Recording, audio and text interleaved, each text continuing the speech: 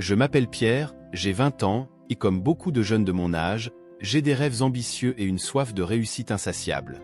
C'est cette combinaison de charme et de détermination qui m'a conduit à ce gala où ma vie allait changer pour toujours. Le manoir était magnifique, décoré de lustres en cristal et de tapisseries qui semblaient raconter des histoires des siècles passés. Je me déplaçais dans la pièce, saluant des connaissances et analysant des visages inconnus, lorsque mon regard se posa sur Madeleine. C'était une figure imposante, élégamment vêtue et avec un look qui dénotait la sagesse et l'expérience. À 75 ans, Madeleine était une riche veuve, connue pour son immense fortune. Quelque chose en moi savait que si je jouais bien mes cartes, je pourrais assurer l'avenir que j'ai toujours souhaité. Je m'approchai d'elle avec confiance, tenant une coupe de champagne.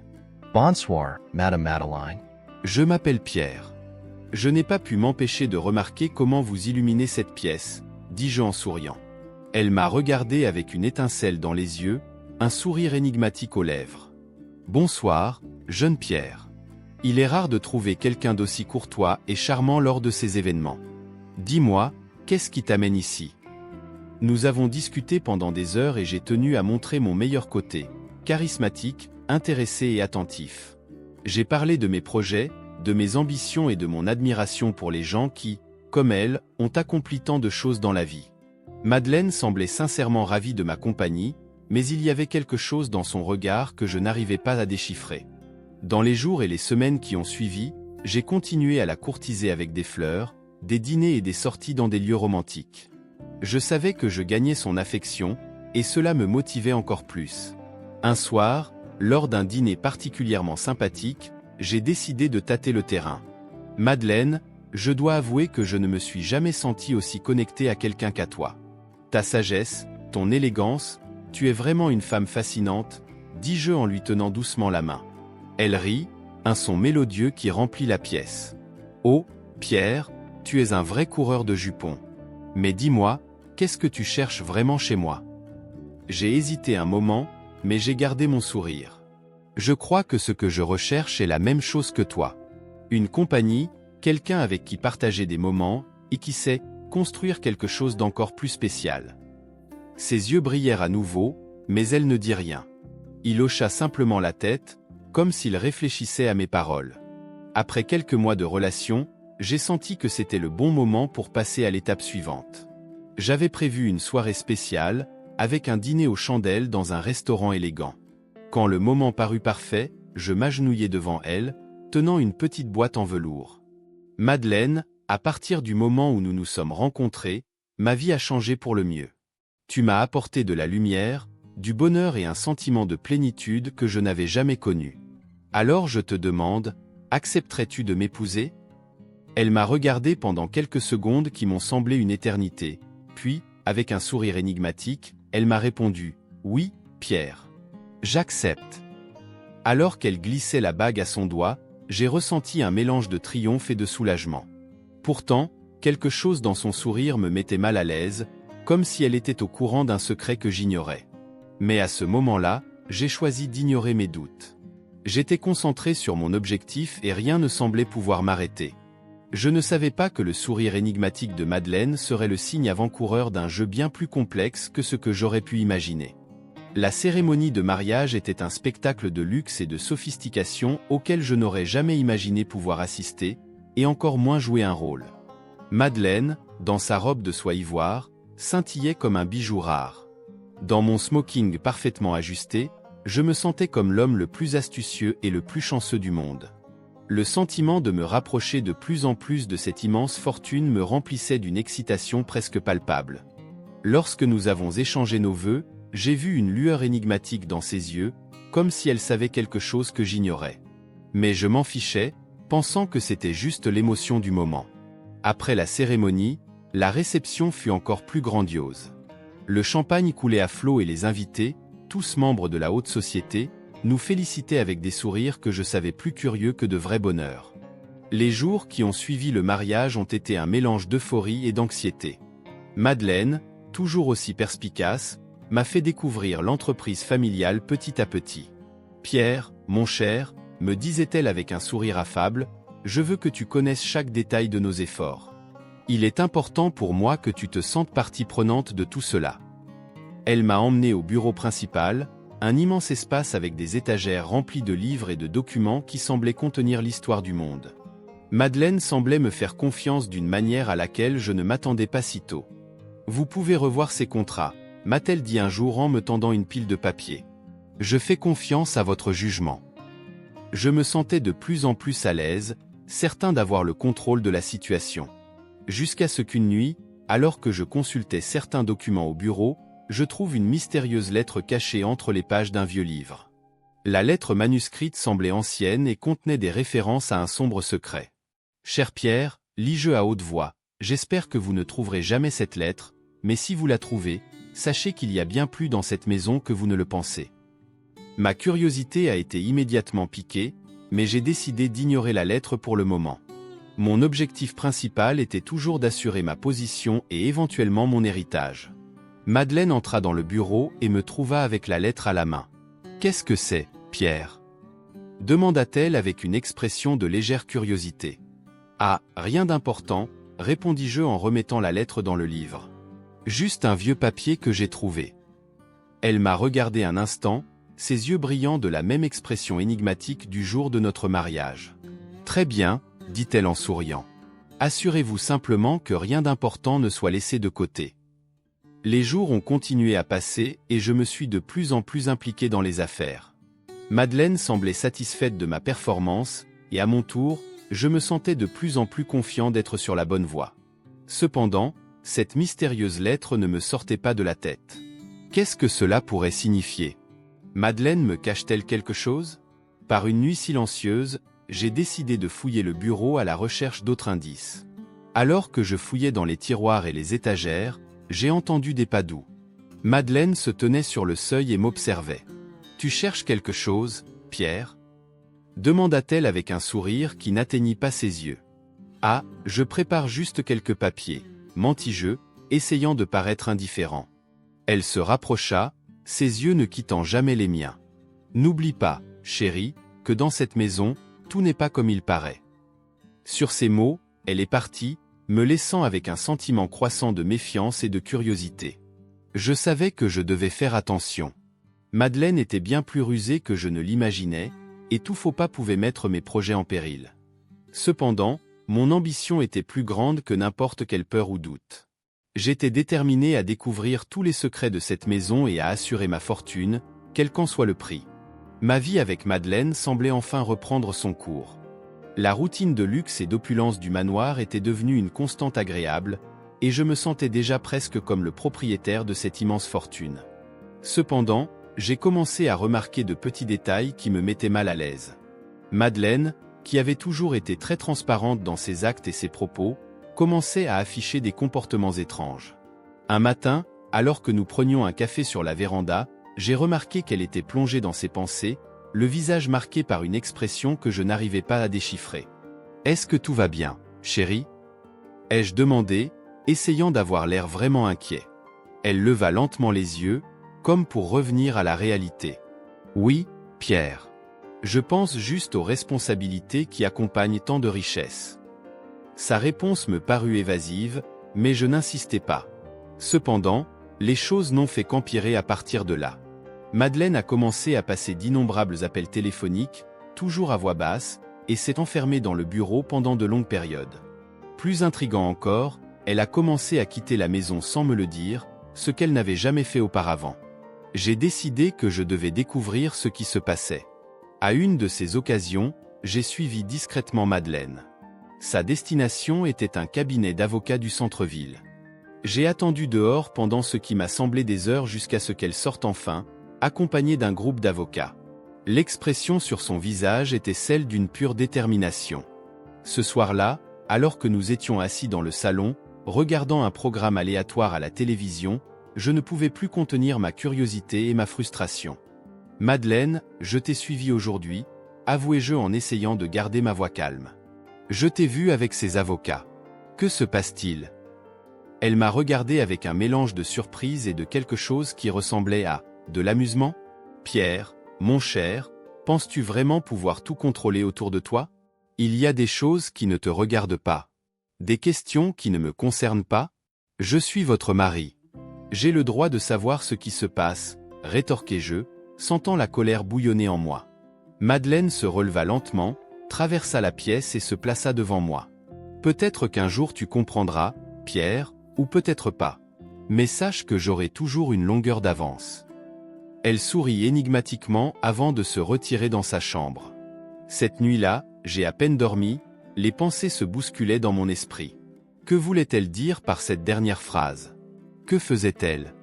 J'ai décidé que j'avais besoin de plus d'informations. Madeleine n'allait rien me dire volontairement, c'était évident. Les semaines suivantes furent un jeu du chat et de la souris. Madeleine continuait ses visites au cabinet d'avocat et je m'efforçais de suivre ses traces sans me faire remarquer. De plus en plus, ma méfiance grandissait, tout comme ma détermination à découvrir la vérité. Je ne me souciais plus seulement de la fortune. Il y avait dans tout cela quelque chose de personnel, un besoin de comprendre et peut-être de gagner ce jeu complexe auquel semblait jouer Madeleine. Finalement, lors d'une de ces sorties, j'ai réussi à m'approcher assez près d'un des avocats sans me faire remarquer. C'était un jeune homme qui avait l'air nerveux, regardant constamment autour de lui comme s'il s'attendait à être approché. J'ai profité d'un moment où il était seul et j'ai décidé de passer à l'action. « Puis-je te parler un instant ?» ai-je demandé, essayant de paraître amical. Il m'a regardé avec méfiance. « Qui es-tu » ? Je suis Pierre, le mari de Madeleine. J'ai quelques questions sur les rencontres que vous avez faites. L'avocat hésita, mais sembla comprendre qu'il n'avait pas grand-chose à cacher. Je ne devrais pas te parler de ça, mais Madeleine est très convaincante. Marchons un peu. Alors que nous marchions sur le trottoir, il a commencé à parler à voix basse. Madeline disputed Dun Testament. Elle fait quelques ajustements. Quel genre d'ajustements? Ai-je demandé en essayant de rester calme. Il regarda autour de lui avant de répondre. Elle prévoit de donner la majeure partie de sa fortune. Des œuvres caritatives, principalement. Vous n'obtenez pas autant que vous le pensez. Cette révélation m'a frappé comme un coup de poing dans le ventre. Mon esprit a commencé à travailler frénétiquement sur un plan, mais je savais que je devais faire attention. Madeleine était plus intelligente que je ne l'avais imaginé et tout faux mouvement pouvait être fatal. Je suis rentré au manoir plus déterminé que jamais. Madeleine savait quelque chose depuis le début, et maintenant je savais qu'elle jouait à un jeu dangereux. Mais si elle pensait que j'abandonnerais si facilement, elle se trompait lourdement. J'avais besoin d'en savoir plus et j'étais prêt à faire tout ce qu'il fallait pour m'assurer que cette fortune reviendrait à moi, quoi qu'il arrive. Je me suis réveillé avec un sentiment d'urgence, comme si quelque chose était sur le point de changer radicalement dans ma vie. La méfiance qui grandissait dans ma poitrine ne me laissait pas tranquille. Madeleine cachait quelque chose et j'avais besoin de découvrir ce que c'était. J'ai décidé que la meilleure façon d'obtenir des informations serait de contacter l'un de ses avocats. Sachant qu'il était la clé de ses secrets, je me suis mis à fréquenter les mêmes lieux que Madeleine, toujours à l'affût de la moindre occasion d'engager une conversation informelle. Lors d'une réception caritative organisée par Madeleine, j'ai vu ma chance. L'un des avocats, un homme d'âge moyen nommé Victor, était seul, buvant un verre de vin dans un coin de la pièce. Je me suis approché avec un sourire amical et j'ai entamé une conversation. Bonsoir, Victor. Je suis Pierre, le mari de Madeleine. Je ne pense pas que nous ayons encore eu l'occasion de bien nous connaître. Victor a levé les yeux de son verre et m'a accueilli avec une ferme poignée de main. Oh, bien sûr, Pierre. J'ai beaucoup entendu parler de toi, dit-il avec un sourire qui n'atteignit pas ses yeux. Nous avons bavardé, mais j'ai vite réalisé que Victor aimait parler de lui. C'était le genre de personne qui se sentait importante lorsqu'elle était entendue. J'ai profité de cette faiblesse, et après quelques rencontres informelles, j'ai réussi à gagner sa confiance. Un de ces soirs, alors que nous prenions un verre dans un bar discret, il a fini par évoquer le testament secret. Saviez-vous que Madeleine envisage de reverser une grande partie de sa fortune à des œuvres caritatives? Dit Victor avec le ton de quelqu'un qui révèle un précieux secret. La nouvelle a été un coup dur. J'ai essayé de cacher mon choc, mais mon cœur a raté un battement. Non, je ne savais pas, répondis-je en m'efforçant de garder ma voix calme. C'est surprenant. Victor hocha la tête en prenant une gorgée de son verre. Elle a toujours été très réservée à ce sujet. Mais croyez-moi, la majeure partie de l'argent ne vous revient pas. Elle veut s'assurer que la fortune soit utilisée à bon escient. J'ai senti un nœud se former dans mon ventre. Tout mon dévouement, tous mes efforts pour me rapprocher de Madeleine semblaient s'effondrer. Le sentiment de trahison me brûlait. Je ne pouvais pas permettre que cela se produise. Je devais agir rapidement. De retour dans notre luxueux appartement, Madeleine était assise dans le fauteuil du salon, en train de lire un livre. Je m'approchai et m'assis à côté de lui, essayant de ne pas montrer la tempête d'émotions qui se déroulait en moi. « Madeleine, tu as été très occupée ces derniers temps. Tu me manques, dit-il, essayant de paraître sincère. » Elle leva les yeux de son livre et me lança un regard évaluateur, mais sourit doucement. « Oh, Pierre, tu sais comment c'est les affaires. Mais je suis là maintenant, n'est-ce pas ?» J'ai hoché la tête, mais en moi, une sombre idée a commencé à prendre forme. Si Madeleine était déterminée à ne me laisser qu'une petite partie de sa fortune, je devais trouver un moyen de m'assurer qu'elle appartenait entièrement à moi. L'esprit en pleine course, j'ai commencé à élaborer un plan pour l'éliminer. Au cours des jours suivants, j'ai observé chaque mouvement, chaque habitude, chaque routine de Madeleine. Je savais que l'opportunité parfaite se présenterait bientôt. Un soir, alors que nous dînions, j'ai mis une petite quantité de poison dans son verre, masquant mon anxiété par de petites conversations. « Vous souvenez-vous de ce voyage que nous avons fait en Toscane ?» ai-je demandé en essayant de garder ma voix ferme. Madeleine sourit, se souvenant des moments que nous avons passés ensemble. Bien sûr, ce fut un voyage merveilleux. Lorsqu'elle porta le verre à ses lèvres, mon cœur s'arrêta presque. Mais, d'un mouvement inattendu, elle changea de lunettes et m'offrit la sienne. « Portons un toast à bien d'autres voyages comme celui-là, dit-elle en levant son verre. Sans alternative, j'ai levé mon verre et j'ai porté un toast. En buvant la première gorgée, j'ai remarqué le goût amer et j'ai su que quelque chose n'allait vraiment pas. Madeleine m'observait attentivement, son sourire désormais empli d'une froide compréhension. « Tu pensais vraiment que je n'étais pas au courant de tes projets, Pierre ?» Sa voix était calme, mais il y avait une fermeté effrayante dans son ton. « Dès le début, je savais ce que tu voulais. » J'ai commencé à avoir des sueurs froides, la douleur et la panique m'envahissant. Madeleine se leva, et d'un geste calme, présenta une série de documents qui se trouvaient sur la table. « Ce sont les documents qui invalident notre mariage et toute prétention que vous pourriez avoir sur ma fortune. Et voici, Pierre, la preuve de votre tentative de me tuer. » Mon monde s'est effondré. Les preuves étaient irréfutables et j'étais piégé. Madeleine continua. « Demain, je remettrai tout cela aux autorités. Vous serez poursuivi pour tentative de meurtre. » La douleur du poison était insupportable, mais le pire était la prise de conscience que tous mes plans avaient été inutiles. J'en avais fini, et Madeleine, triomphante, me regardait avec un mélange de pitié et de mépris. « J'ai essayé de te donner une leçon, Pierre. La cupidité ne mène jamais à quelque chose de bon. » Alors que l'obscurité m'envahissait, j'ai réalisé que ma partie était terminée. Madeleine avait gagné et j'allais subir les conséquences de mon ambition excessive. J'étais dans la cuisine, préparant un dîner spécial pour Madeleine. Je savais que si je voulais assurer ma position d'héritier unique, je devrais agir rapidement. Les dernières semaines avaient été un véritable supplice. Découvrir que Madeleine avait l'intention de donner l'essentiel de sa fortune à des œuvres caritatives m'avait laissé désorienté et furieux. Je devais agir et m'assurer qu'elle n'avait pas le temps de modifier son testament. Pendant que je coupais les légumes, mon esprit bouillonnait de pensées sombres. J'ai mis le poison dans un verre de vin, en m'assurant que le dosage était suffisant pour être mortel mais pas immédiatement perceptible. Le plan était simple, elle boirait le vin empoisonné, se sentirait malade, et en quelques heures, elle serait morte. Personne ne me soupçonnerait. Après tout, nous étions un couple amoureux. Madeleine entra dans la cuisine et son sourire énigmatique me fit frissonner. « Qu'est-ce que tu cuisines, chérie ?» a-t-elle demandé, sa voix toujours aussi douce. « Un dîner spécial pour nous deux, répondis-je, essayant de cacher mon anxiété. Je pensais que nous méritions une nuit tranquille. » Elle hocha la tête, l'air satisfaite. « Comme c'est gentil de ta part, Pierre. J'ai hâte de l'essayer. » Nous nous sommes assis à table et j'ai servi le dîner. Madeleine rayonnait, comme si elle savait quelque chose que j'ignorais. Quand j'ai versé le vin, mon cœur battait violemment dans ma poitrine. « Un toast » dis-je en levant mon verre. « Année. Elle leva son verre et pendant un bref instant, nos regards se croisèrent.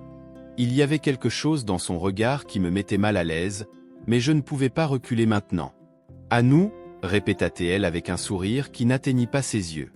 Nous avons bu une gorgée de nos vins et j'ai immédiatement ressenti un goût amer dans la bouche, différent de ce à quoi je m'attendais. Madeleine m'a observé attentivement, puis, d'un mouvement fluide, elle a changé de lunettes avec moi. « Tu pensais vraiment que je n'étais pas au courant de tes projets, Pierre ?» dit-elle d'une voix désormais froide et calculatrice. « Je le savais depuis le début. Chaque pas que tu faisais, chaque faux mot qui sortait de ta bouche, j'étais au courant de tout. » Ma vision a commencé à se brouiller et j'ai senti une chaleur monter dans mon corps. « Qu'est-ce que tu as fait ?» réussis-je à marmonner, la douleur commençant à se propager. Madeleine se leva lentement et posa quelques documents sur la table. « Ce sont ces papiers qui invalident notre mariage. Vous n'avez jamais eu droit à ma fortune, et maintenant, avec cette tentative d'assassinat, vous avez assuré votre propre fin. » Continua-t-elle, sans se laisser décourager. « J'espérais que tu serais plus intelligent, Pierre. Mais comme tout le monde, tu as sous-estimé une vieille femme. Maintenant, tu vas payer pour ta cupidité. » J'ai senti mon corps faiblir, et la dernière chose que j'ai vue, c'est le visage de Madeleine, victorieuse, tandis que je m'effondrais au sol. Elle décrocha le téléphone et passa un appel rapide. « Oui, vous pouvez venir le chercher. Tout est documenté. » La douleur était insupportable et l'obscurité a commencé à m'engloutir. Madeleine me regardait avec un mélange de pitié et de mépris. « Au revoir, Pierre. J'espère que tu en apprendras quelque chose, si tu survis. » Alors que la conscience me quittait, la dernière chose que j'entendis fut la voix ferme et résolue de Madeleine, qui résonnera dans mon esprit jusqu'à la fin de mes jours. J'étais assis dans la cellule froide et humide, l'écho des barres de fer résonnant dans mes oreilles à mesure que les gardes approchaient. Le procès était sur le point de commencer et je savais que ma vie était en jeu. Lorsqu'on m'a conduit dans la salle d'audience, j'ai senti les regards lourds des spectateurs, tous impatients d'assister à la chute du jeune homme ambitieux qui avait osé jouer avec Madeleine.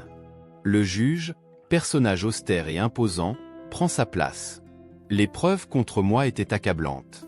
Madeleine avait été minutieuse dans sa préparation. Il y a eu des enregistrements de nos conversations, des témoignages de salariés et bien sûr l'échange de verres empoisonnés. Ma défense semblait fragile et pathétique face à tant d'évidence. Madeleine était là, assise avec une dignité imperturbable. Lorsqu'elle a été appelée à la barre des témoins, sa voix était claire et ferme. « J'ai toujours connu les intentions de Pierre », dit-elle en regardant directement le juge. « Dès le début, j'ai compris qu'il ne voulait que ma fortune. Mais j'ai décidé de jouer à son jeu, de lui donner une leçon qu'il n'oublierait jamais. Je pouvais sentir le poids de chaque mot. » Elle a continué à décrire comment elle avait surveillé chacun de mes pas, comment elle s'était préparée à ma trahison. Chaque détail était un coup porté à ma fierté, une confirmation de ma défaite.